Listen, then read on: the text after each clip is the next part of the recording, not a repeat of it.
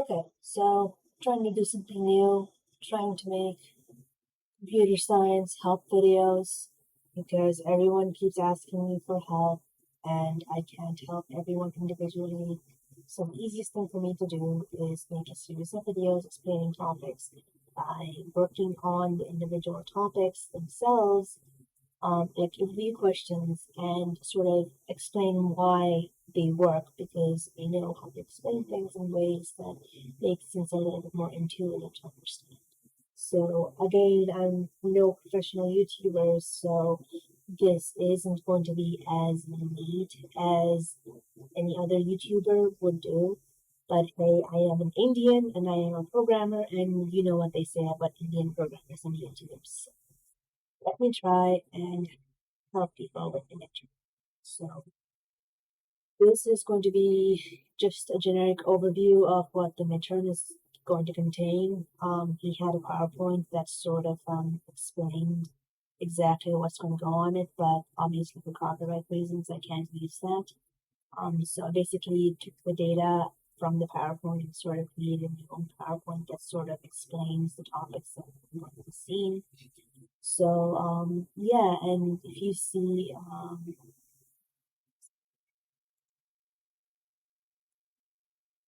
this little guy, that's my personification of C, and you will see him throughout the videos as I explain things, as I draw more the different expressions for different purposes. So again, this is for the fall 2021 exam. I don't know how much this is going to hold for any future COP3502 exams. And again, this is for the Professor Ahmed. Tanvir Ahmed, he, I think that the exam will be very similar throughout the years. They should cover the similar topics. There may be slight differences across the years as time goes on. Maybe slight differences between professors, but overall, they should be the same. So what's going to be covered on the exam, he sort of went over this on the PowerPoint. He also went over this in class. What's going to be covered on the exam is like, first of all, you're going to need your basic C concepts. You're going to want to know pointers, obviously. You're going to know pointer arithmetic. That is to say, like, understanding that if, for example, you had a pointer that, point an array pointer P, which points to some array.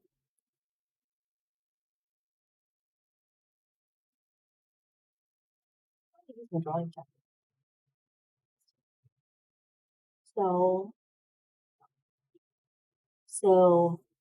understanding that if you did plus the pointer that pointed to the head of the array, so this is pointing currently to a 0. So if it's pointing to the head of the array, the pointer would now point to a 1. That's the equivalent of that's basically a form of pointering. Oh, nice! My drawing tablet has integrated erasing and drawing. So, anyways, what you can this is very similar to when you have a struct pointer and you're basically doing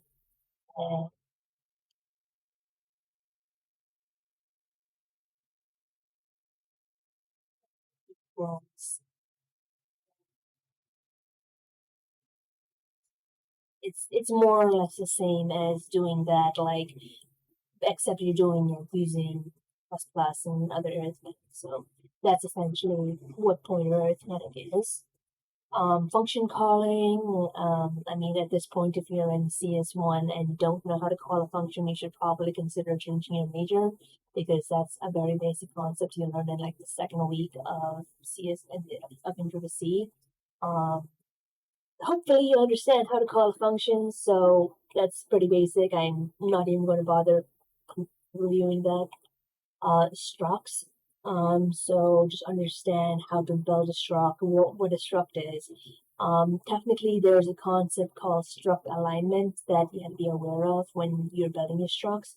But that's not going to be tested. It's not taught on this. It's not taught by this professor or the other professors or any professor at UCF.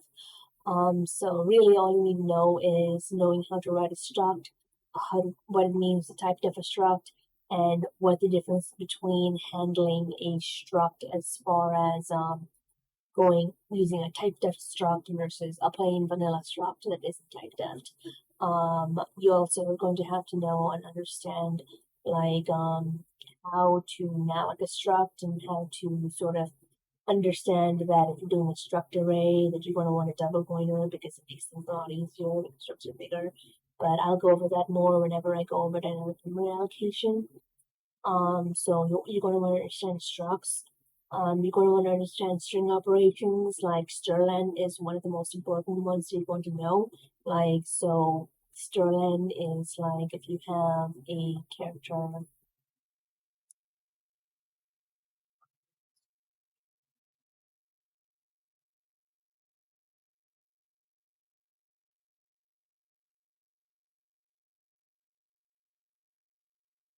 So what you say that you have that line, if you call a strlen on that, it's not going to return 50, it's going to return however many characters this actually is. 1, 2, 3, 4, 5, 6, 7, 8, 9, 10, 11, 12, 13. So calling my string is going to equal, it's going to return 13. So it's going to return 13. Mind you, this is not including the null terminator, so you're going to be mindful that these are the accessible, like the actual number, the counting numbers of characters in your string, not the number of characters it can hold, or not including the null terminator. So that's one of the most important string operation you're going to want to remember. You're going to also want to learn strcpy. You remember strcpy. You're going to want to remember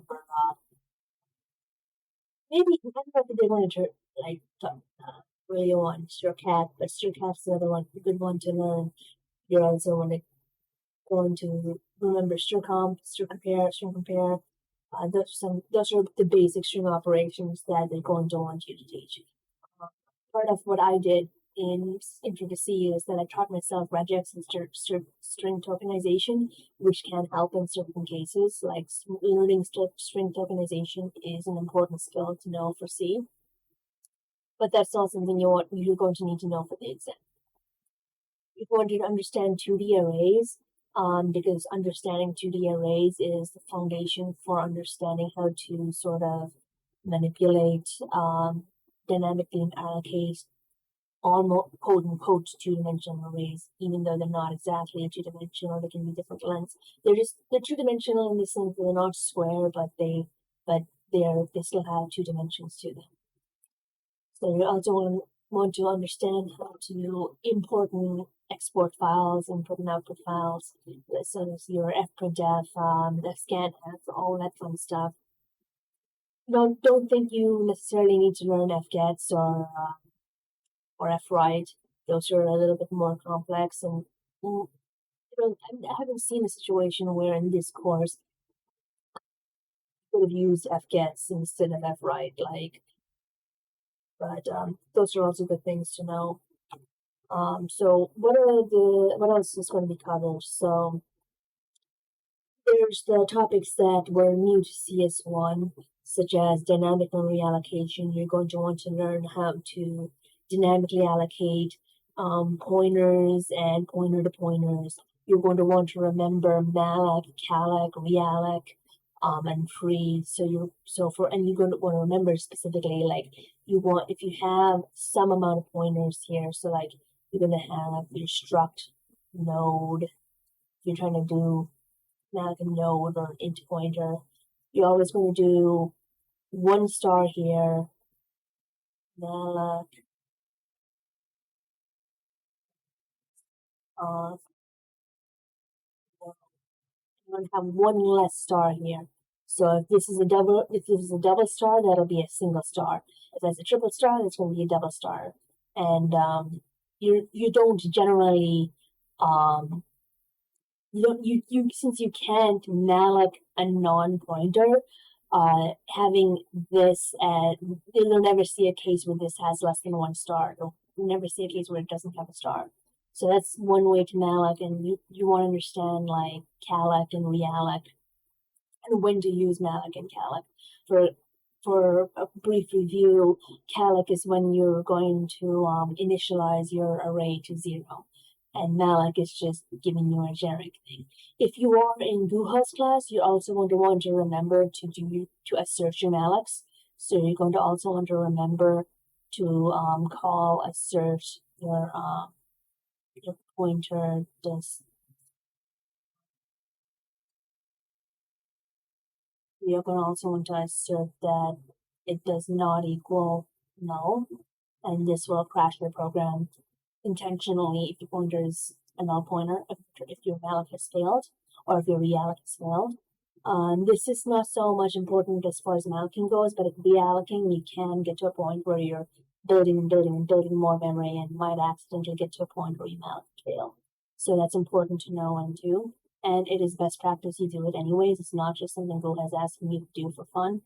It is actual best practice to validate your mallocs and something that you have to do.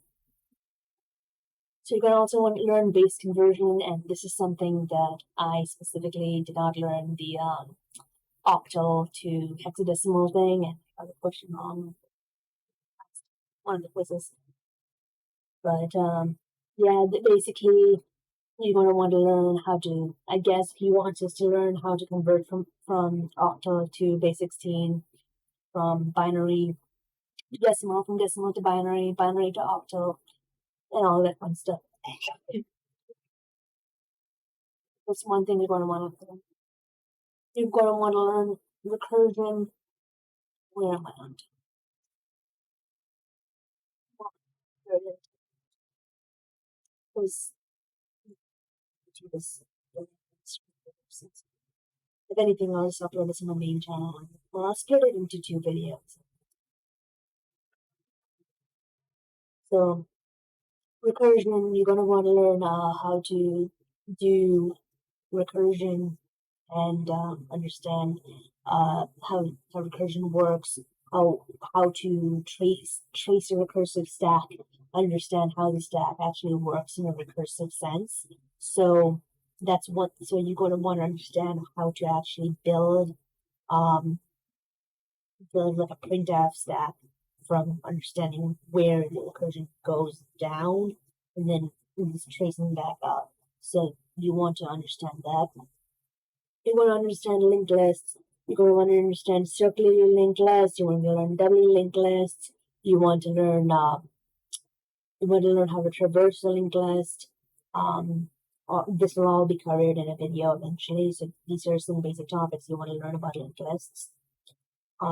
So these are very fundamental to understanding the rest of the course that's built upon linked lists.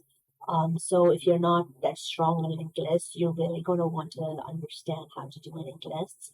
And understanding dynamic memory allocation will help you with your linked lists. So you want to be solid on both of those before you can actually move on to the linked lists and the rest of the course, like queues and stacks and trees and all the fun stuff that's going to come up. So you're going to want to learn about abstract data types such as queues and stacks and all that fun stuff.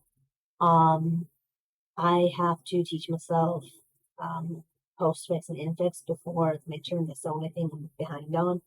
But I will do that before tomorrow or by tomorrow itself, and I'll make a video on that, like a refreshing it on that. So you want to be solid on understanding what the difference between a queue and a stack is, like the first in first out, last in first out. You want to understand how to build them and how to and all of the functions in them. So like the peak, DQ, NQ, you want to insert like DQ. you want to check if it's empty, and you want to traverse the queue and stuff. So those are some things. And the same thing with stacks. You want to learn push, pop, on this other thing, the peak is empty, traversing it, finding an element. Well, nothing for keys and stacks. You don't find an element, you only look at the top. For linked list, you only so again, stacks and their applications, you want to understand the difference between when you would use a queue and when you would use a stack. You want to learn the sorted list, whatever that stands for, and binary search. So you want to understand that, like, you want to understand how to do that, and how to perform these algorithms, to sort of find a item rather, because searching, and mind you, these are all for sorted lists. Sorting algorithms are going to come up after the midterm. Would have a lot of fun. So you're going to want to understand algorithm analysis. So you're going to want to know about big O notation. You're going to want to know about the summations and all that fun stuff. So you're going to want to understand how to extract a big O notation from a given piece of code. So you'll be given some code that'll be like for I equals 0, I is less than n over 2, I plus plus, and then you have consecutive for loop that's from I equals 0 to I is n squared, I plus plus, and you're going to have to understand that since n squared, since the overall big O of this would be n squared plus n over 2, that the actual big O expression itself would be n squared, because that's the highest order term that has the most effect on that. You're going to want to understand how to derive big O from summations. And that was a topic that we covered like a couple of days ago. So you want to understand the summations. So yeah, those are basically the topics that are going to be covered on the midterm. So there's going to be some exam meta that I need to talk about. So the exam is not necessarily memorization based. It's it's one of those things where, like, if you know the code, if you know what you're doing as far as understanding how code works, then you're going to easily be able to construct new code given novel circumstances. So you're not going to be tested on something you've seen before. You're going to be tested on something new that implements the same type of thing you've used in past codes that you've seen. So, for example, when you did your permutation codes, you understood how to do a permutation. You're not going to do the exact same problem, like for Tower of Hanoi or whatever for recursion. You're not going to try and solve Tower of Hanoi again. You're going to have to understand, based on the Tower of Hanoi problem, how can I use recursion in other sets. So that's one of the things that you're going to want to focus on. So it's going to basically just expect you to understand how to build something new from what you've seen before. The exam is going to contain some multiple choice fill in the blanks as well as some quick response, and you're going to have to do some debugging, like how there was in quiz 1, where you had a code that had a memory leak and you had to identify like what the problems were in the code. So similar to that, we're going to have some debug questions. Again, it's going to contain some base conversion, as I said before. So some example questions that I may see is like, if you're given a linked list or double linked list, how are you going to insert an item after a given node? So you're going to want to understand that, like, you're going to traverse the linked list and find out where you want to put the item. Then you're going to want to, use the temporary pointers to hold the next pointer and then insert the node inside of it, and then link that to the next, and then link the previous to this new one, and then if it's double linked list, you want to link it backwards and stuff. So it's there's a lot of things you need to know about inserting an item, but it's a process. If you know how to do it, then it's pretty straightforward to do it in any other situation you may see it. And it's one of those things you only need to learn once, and once you learn it, you can use it anywhere. So if you have you're going to also have a piece. You might also see a piece of code that that you have a problem statement, and you're going to want to have to complete it recursively. So, for example, if you have a piece of code that asks you to do a specific task, but recursively, you might be having to write a piece of code recursively. There's reversing a string versus via recursion, which is like you can you would have to have like a temporary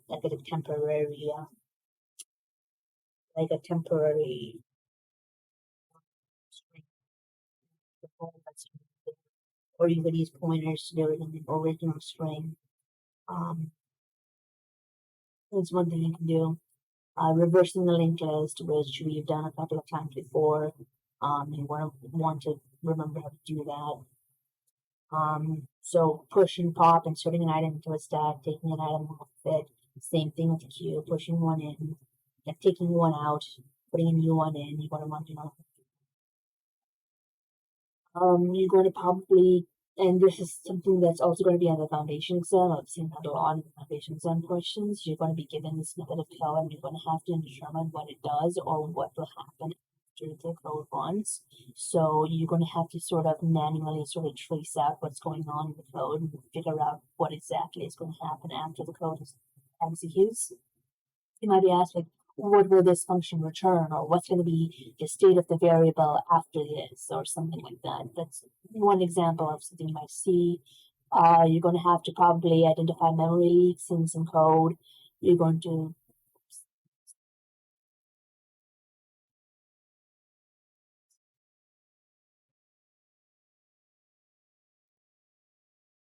want to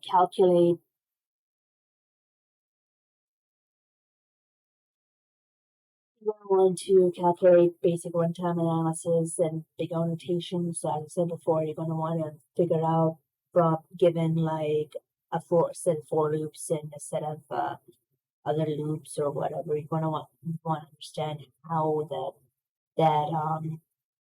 code functions and be able to determine big O notation of them. You're going to want to know the big O notation of the binary search and all of the other things we've done so far. And you also want to know the basic summation and how it deals with big O notation. So, as I said before, that's one of the topics that we're going to do. So, some meta about these videos as I make them. Again, I'm making these very rushed, so I don't have time to edit them. Nor do I have any real editing software. I'm going to have to download it and see Resolve and sort of actually edit these videos when I have more time. Any future videos, if I make more future videos, I have to edit the videos and stuff. So currently, how to use these videos as I'm making them right now is that, well, I'm preparing for the midterm along with everyone else, and somehow, and me making these videos to help you guys is in effect helping me review, because for me to understand something, I have to be able to explain it in order to be able to understand it. So in me trying to explain something, I can understand it better. So it's helping me study for the midterm as well as helping you study for the midterm, because I already know this stuff, I just need to refresh on it. You probably know this stuff but need someone to explain it to you twice. So just watch these review videos as much as possible, as many of the videos as watch as many of them as possible, and review them. So I'm going to be probably making videos going over concepts in the future, but for now I'm simply making one video per quiz question. I'm going to, because this new channel, in my main channel I have some 1,800 subscribers, And 10 years ago, I was given the opportunity to upload as many videos as I want to. Um, and Currently, as it stands, my new tech uh, YouTube channel does not have that opportunity. So I will be going over one video per quiz question. So I'll be taking a review question or a foundation exam question and analyzing it and telling you why the answer is what it is. And that is for now. In the future, I'll make actual concept videos. So for now, what I want you to do is that I want you to watch the video as it's as I start explaining to you different concepts, and I want you to, as soon as you think you got the answer, I want you to pause the video and I want you to start working on it on your own to see how far you can take a couple of steps and then unpause the video and then see if you're doing the right thing. Correct yourself if you're doing it wrong. Try and rewind the video and rewatch it and understand why you did what you did wrong. And then fix that and then start working on it a little bit more and watch more of the video. So that's going to be the best way for you to understand and learn from these videos. So anyways, that was this midterm review overview, and I wish everyone luck on the midterm. And I really hope, and I know that everyone's been dropping this class like flies, and I think after this midterm, it's going to be the next great purge of computer science one. I'm pretty sure I will survive, but as far as what I can do to make sure everybody else will survive, I'm doing as much as I can. Hopefully, I can help at least a couple of people survive past the midterm and not drop this class. I really hope that, I really hope that my videos will help people. And I'm really annoyed at trying to help people one on one because it doesn't seem to help. So it's more conducive of me trying to make videos explain the topics from now on because that way it can help. I can just link people and explain a new explanation to in a new video if they're confused about something so that I don't have to repeat myself 100 times. And furthermore, these videos can help future students and future semesters of computer science one and explaining to them how they can actually learn these topics for computer science. So I'll be your extra TA for this semester. I'll be your professor fractal for this semester. Your extra. I really, really wish everyone luck on the exam for who remembers taking it this semester and other classes. And if anyone's watching this in a future semester, I really wish them luck too. Yeah,